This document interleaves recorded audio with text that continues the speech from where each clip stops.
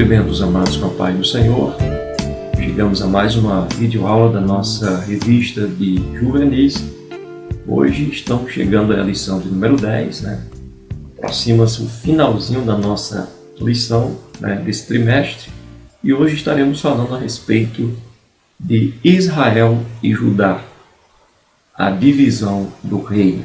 Estaremos vendo que depois do rei Salomão, nas mãos do seu filho Roboão, o reino de Israel é dividido. E estaremos trazendo uma lição da atualidade, mostrando os efeitos destrutivos da divisão no meio do povo de Deus. Se no passado a divisão enfraqueceu o reino de Israel, levando até mesmo a nação israelita a ser levada cativa pelo exército inimigo, hoje não seria diferente. A divisão no meio do povo de Deus enfraquece muito e nos deixa vulneráveis aos ataques do mal. Nós temos aqui a nossa leitura bíblica em classe, 1 Reis, capítulo 12, versos 6 ao 10, e do versículo 16 ao 20, quando o texto fala de quando o rei Roboão tomou conselho com os anciãos acerca de como deveria proceder com relação agora à continuidade do reino que seu pai Salomão havia deixado para ele dar continuidade. Ouvindo os anciãos pediram para que houvesse um alívio da carga que estava sobre eles. Depois, ouvindo o pessoal mais jovem, ele teve ali um conselho completamente diferente, que em vez de aliviar a carga, ele deveria endurecer cada vez mais o peso, o jugo sobre a nação, cobrando mais impostos, enfim. Isso trouxe um efeito de rachadura na nação de Israel, e não somente uma rachadura, mas logo uma divisão total. Fica em Israel, chamado Reino do Norte, e Judá, Reino do Sul. Vamos entender como que aconteceu essa divisão, o contexto da divisão. Apesar de Salomão ter sido um homem sábio, isso não o impediu de errar e sofrer a oposição do povo. Ainda em seu governo isso aconteceu. Por que isso aconteceu? Salomão, sendo um homem tão sábio, ele era o homem mais sábio da terra. Como você e eu pode ser uma pessoa sábia, porém, o que não podemos é como ele mesmo escreveu, quando escrevia Provérbios, quando escreveu Eclesiastes, temer a Deus. O princípio da sabedoria é temer a Deus. A verdadeira sabedoria que nos conduz à vitória são, na verdade, princípios de Deus sendo observados no nosso dia a dia. Do contrário, a sabedoria pode ser saber sobre todas as coisas do universo. Mas se não colocarmos em prática aquilo que Deus disse para que a gente fizesse ou deixasse de fazer, com certeza nós não seremos bem-sucedidos. Porque uma das coisas que Deus falou com clareza para Salomão, para ele não fazer alianças estrangeiras com países de deuses estranhos, onde deuses estranhos eram cultuados, não multiplicar mulheres, não adquirir cavalos ali do Egito, enfim. E tudo isso o Salomão finda fazendo contrário ao que o seu Deus dos céus havia ordenado. E aí começa a acontecer o processo que o levou no final da história a praticar idolatria e despertar contra ele a ira do Todo-Poderoso. Ou seja, Deus não tinha prazer em prejudicar Salomão ou seus descendentes, mas eles o provocaram a ira, como o texto bíblico fala. Aí começa a acontecer uma revolta, através de Jeroboão, que era filho de um dos seus homens de confiança. A primeiro momento ele provoca uma revolta por causa dos elevados impostos, só que essa primeira revolta não teve sucesso. Jeroboão teve que fugir para o Egito e fica ali no Egito sob proteção do faraó. Após a morte de Salomão, as 10 tribos do norte não aceitaram que Roboão, filho e herdeiro direto, de Salomão, assumisse o trono. Isso porque previam que ele faria o mesmo, que o seu pai, o que de fato aconteceu. Mesmo com o pedido dos anciãos para aliviar a cobrança dos impostos sobre os cidadãos, Roboão preferiu seguir o conselho de seus amigos, jovens e inexperientes, assim como ele, e cobrar impostos ainda mais pesados. Assim houve um terrível descontentamento com o novo rei, a ponto de muitos romperem com ele. Muita gente mesmo. 10 tribos de Israel romperam com Roboão. Então, qual que é o tema central dessa lição? Todo reino dividido contra si mesmo é devastado. Palavras do próprio Jesus, que a gente encontra aqui em Mateus capítulo 12 e versículo de número 25. Então, Jeroboão, que havia regressado do Egito nessa época, ele foi feito rei por essas tribos dissidentes, no caso de 10 tribos. E aí, Roboão não teve escolha, a não ser governar apenas sobre as tribos restantes, no caso, Judá e Benjamim. Assim, a nova configuração do reino passa a ser as 10 tribos, chamada de Israel, o reino do norte, e as outras duas tribos, reino do sul, composto aí por Judá e Benjamim. Qual o resultado, então, dessa divisão? Olha o resultado. Israel, que era uma nação sólida, uma nação grande e forte, após a divisão se transformou em 2 nações menores, fracas e, o pior, rivais entre si. O resultado foi trágico para ambas, pois viviam em conflito. Olha que triste. Que tornou presas fáceis para as grandes potências que surgiriam em seguida. Quanto mais o povo de Deus está unido, mais forte nós ficamos. Quanto mais surgem divisões egoístas, seja por qualquer que seja o motivo, mais nos enfraquecemos. Vamos falar um pouquinho sobre o Reino do Norte. Vamos falar um pouco sobre a política, sobre a religião e sobre o fim. As 10 tribos do norte tinham como vantagem o fato de serem mais numerosas, de possuírem a parte mais fértil do reino, inclusive as mais importantes fontes de água de todo o país. Porém, a desvantagem de ambos agora é a inimizade gerada, e assim ficariam por um bom tempo.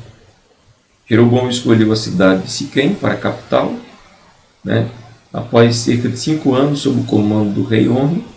A cidade de Samaria foi construída e se tornou a capital definitiva do Reino do Norte de Israel. Já no campo religioso, aconteceu umas tragédias aqui no Reino do Norte.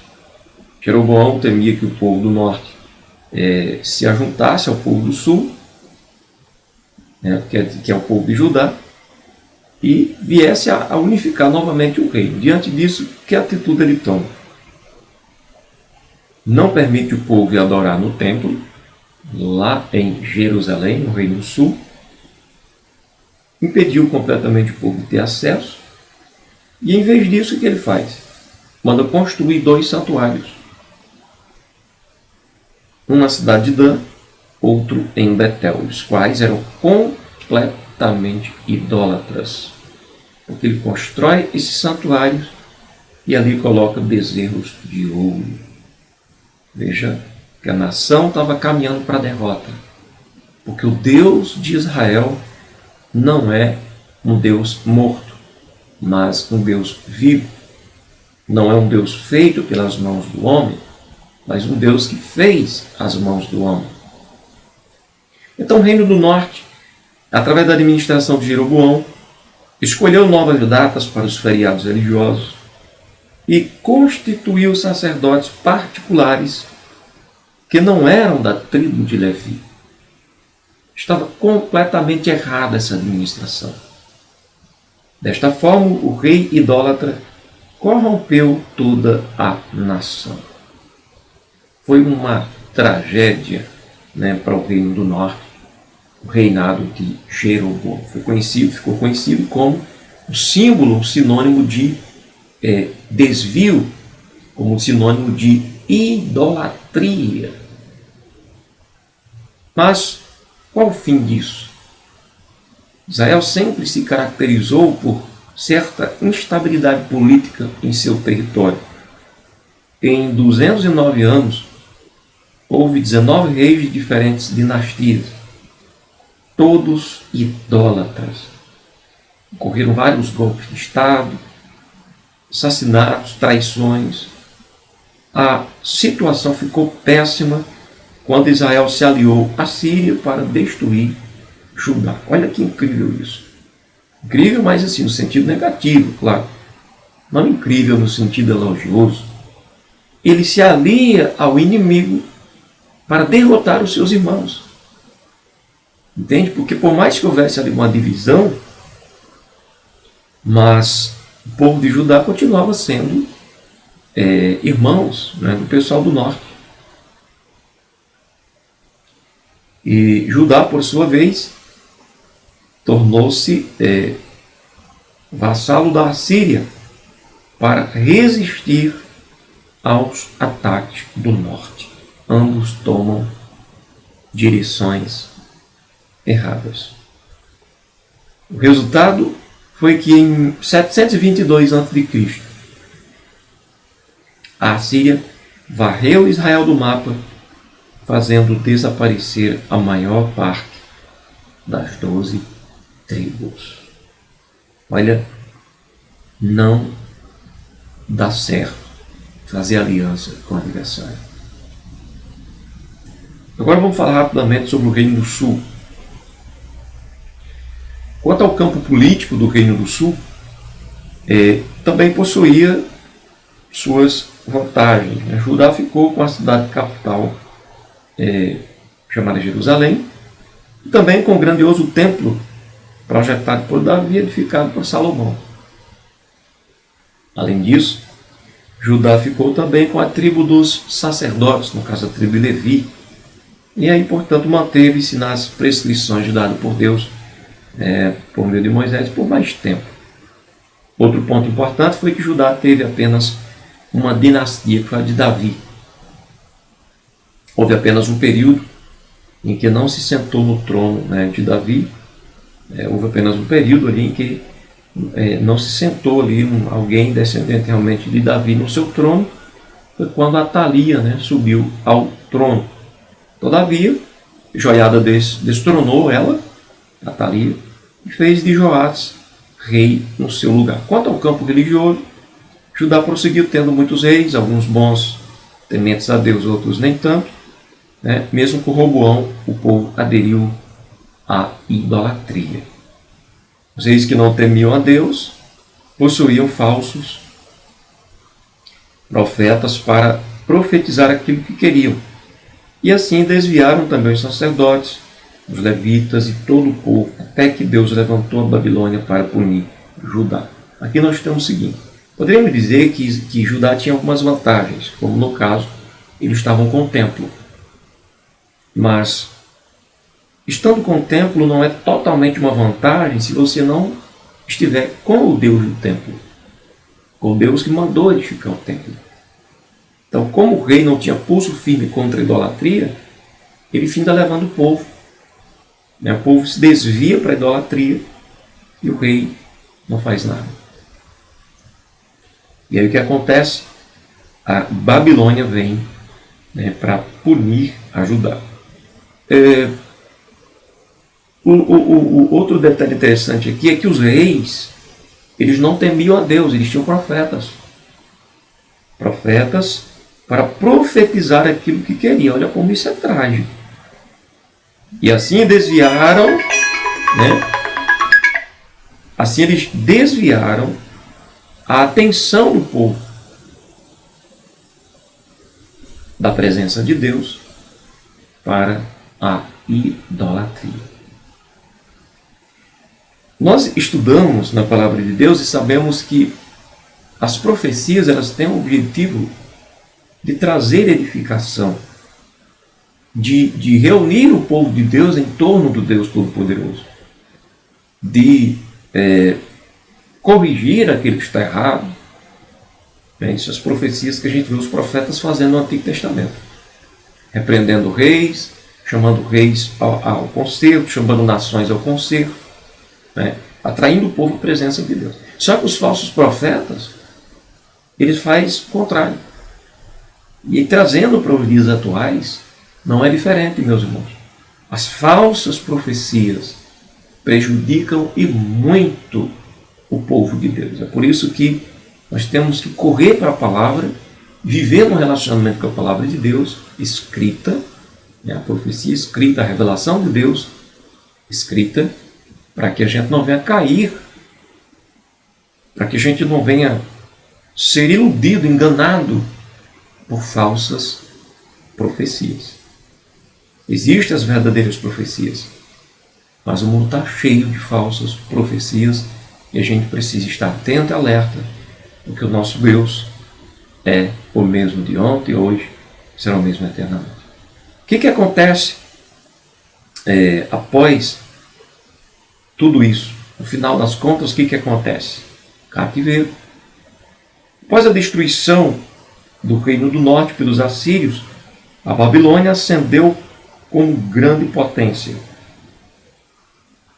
Nabucodonosor, rei da Babilônia, cercou e invadiu Jerusalém, capital de Judá, destruiu a cidade, o templo, levou os utensílios sagrados e o povo da cidade em cativeiro para Babilônia.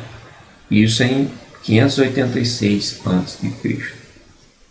Deixando em Jerusalém apenas os mais pobres em uma situação de miséria e destruição. Qual o efeito final? Resumindo aqui dentro desse contexto da divisão de Israel, qual o efeito final da nação? Miséria, destruição, cativeiro. Qual o efeito da divisão no meio do povo de Deus hoje? A mesma coisa. Miséria espiritual, vergonha, pobreza na vida espiritual, destruição. Porque o próprio Jesus foi quem disse. Ele falou assim, vou repetir: todo reino dividido contra si mesmo é devastado. Então nós concluímos essa lição dizendo que a lição nos traz um ensinamento. Permaneçam unidos e permaneçam unidos em volta, em torno do Senhor seu Deus. Não se dividam nem se inclinem para outro, porque somente em torno do Senhor nosso Deus e unidos é que nós somos invencíveis, porque o nosso Deus vai estar conosco, como Ele sempre quis, em nosso meio.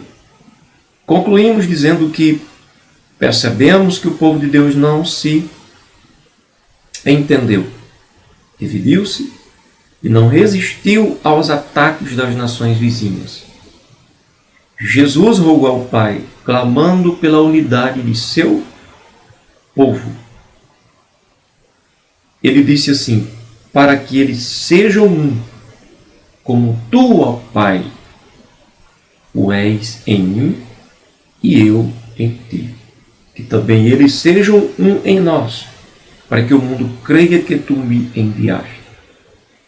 Ressaltando a extrema importância da unidade cristã. O maior ataque que a igreja sofre nos dias atuais é porque o inimigo trabalha veementemente para provocar desentendimentos, discórdias, que nos leve à divisão.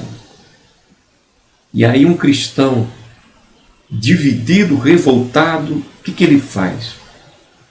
Ele, além de criar uma nova denominação, mas continua com aquela mágoa, o que ele vai fazer?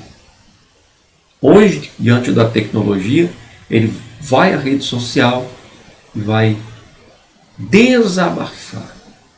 Em vez dele apresentar Jesus, o Salvador, para as pessoas, ele vai fazer desabafos no Facebook, ele vai fazer desabafos no Instagram, ele vai fazer desabafos no YouTube, plataformas, meios que poderiam estar sendo usados para apresentar Jesus, nosso único Salvador. É por causa de desentendimentos, de discórdias, fim das pessoas se degladiando diante hoje de uma mídia que tem um poder de alcance incalculável. Estejamos atentos, estejamos alerta. Deus deseja a nossa unidade entre nós e também com a pessoa do Pai. Quem pediu isso, sabedor da necessidade, foi o próprio Jesus, quando ele disse, aqui na sua palavra, orando, João 17, versículo 21, para que todos sejam um, como tu, ó Pai, o és em mim. Qual nível de união que Deus deseja da gente? O mesmo nível de união que há entre o Pai, o Filho e o Espírito Santo. O mesmo nível de união que Deus deseja que a gente viva como cristãos nascidos de novo, cujas vidas são herdeiras da vida eterna, providenciada pelo próprio Deus para nós. Deus abençoe a sua vida. Vamos vigiar e orar para que Deus nos mantenha unidos. Em nome de Jesus.